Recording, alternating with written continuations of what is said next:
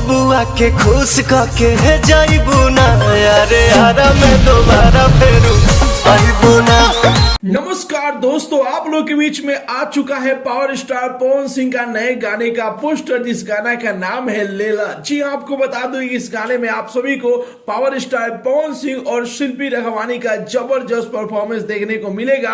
और ये गाना जो कि PRA films official YouTube channel पर बहुत जल्द रिलीज होने जा रहा है। जी आपको बता दूं कि इस गाने को लिखे हैं रोशन सिंह विश्वास, म्यूजिक से सजाए हैं प्रियांशु सिंह जी और इस गाने के डायरेक्टर है रवि पंडित जी। तो जितने भी लोग पावर स्टार पवन सिंह के नए कॉमेडी गाने का इंतजार कर रहे थे, तो आप लोगों का इंतजार का घड़ी बहुत जल्द खत्म होने जा रहा है। फिलहाल में आप लोगों के बीच में पोस्टर आ चुका है पावर स्टार पवन सिंह के नए गाने का, जिस गाने का नाम है लेला। तो आप लोगों को पोस्टर कैसा लगा और कितने बेसब्री से इस गाने का आप लोग इंतजार कर रहे हैं, अपना राय जरूर ही कमेंट बॉक्स में बताइए। मिलते अगले वीडियो में एक नया न्यूज के साथ, तब तक के लिए बाय बाय, टेक केयर, जय हिंद।